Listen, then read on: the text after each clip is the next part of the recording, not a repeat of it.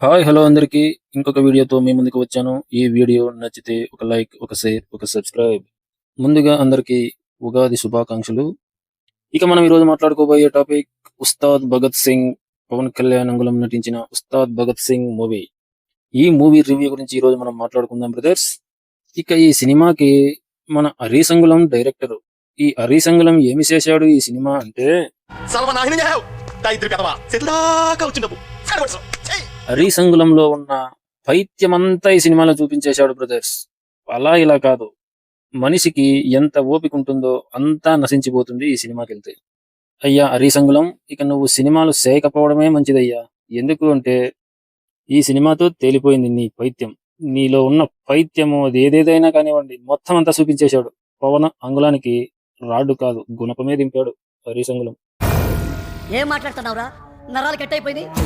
ఒక మంచి కథ తీసుకుని ఒక మంచి సినిమా చేయాల్సిన సమయంలో పవనంగుళం రాజకీయాల్లో ఉన్నారు. ఎలాంటి సినిమా తీయాలి, ఒక మంచి సినిమా ఒక మంచి కథతో రావాలి, కానీ ఇలాంటి చెత్త కథతో ఇలాంటి చెత్తాంగులాన్ని వేసుకుని పైత్యకారి అన్నట్టుగా పైత్యమంతా చూపించేశాడు మన పవన్ అంగుళానికి. తేరీ మూవీ రీమేక్ అన్నారు, కానీ ఇది తేరీ మూవీ రీమేక్ అయితే కాదు. అందులో ఒక పాయింట్ మాత్రం తీసుకుని పైత్యమంతా జోడించాడు హరీష్ అంగుళం.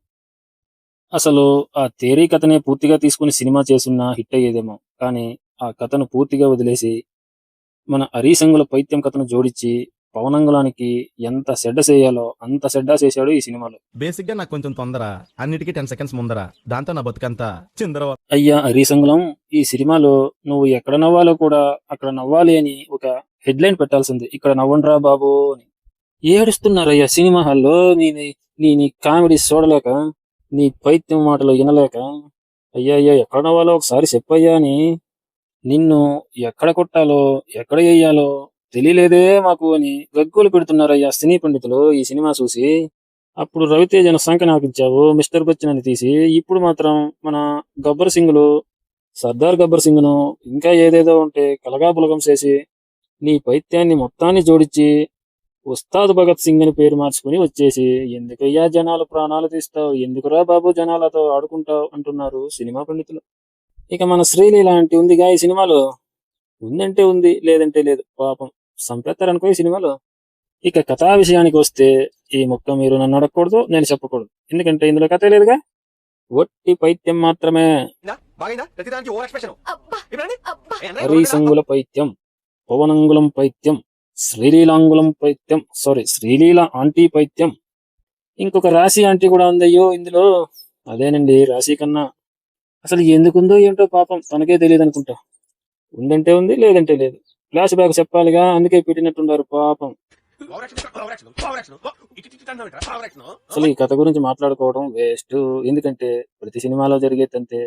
మన పౌలంగులానికి రాడ్డు దింపేశాడు మన మన హరీశంగులం.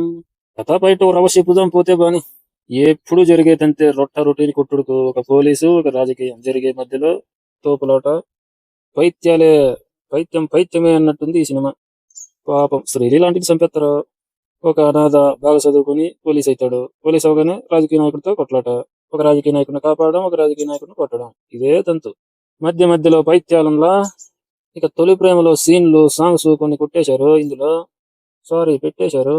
మనం నవ్వుకోవాలి కదా కామెడీ అనుకుని, అందుకే వాళ్ళు అలాంటివి పెట్టారు. కానీ మనం నవ్వలేముగా, నవ్వటానికి బదులు ఏడుస్తారు ఈ సినిమాలో. ఎందుకంటే మన పైత్యం అలా ఉంది. మన హరిశంకరం పైత్యమా, అంగుళం పైత్యమా. దయచేసి ఈ సినిమాకు వెళ్తే మధ్యలో లేచి రావడానికి ప్రయత్నించండి, లేదంటే ఇక మీ కర్మ గోవింద గోవింద. పవన్ కళ్యాణ్ గారు, ఇక మీరు సినిమాలు చేయకండి, ఎందుకంటే మీరు రాజకీయాల్లోనే ఉండిపోండి.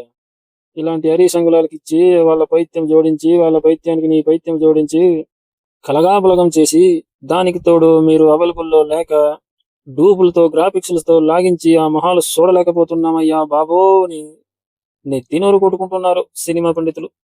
సరే అండి, మీ కర్మ. ఇక ఈ రివ్యూ చూసి ఎవరైనా సినిమాకి వెళ్ళాలి అనుకుంటే నేనేం చేయలేను.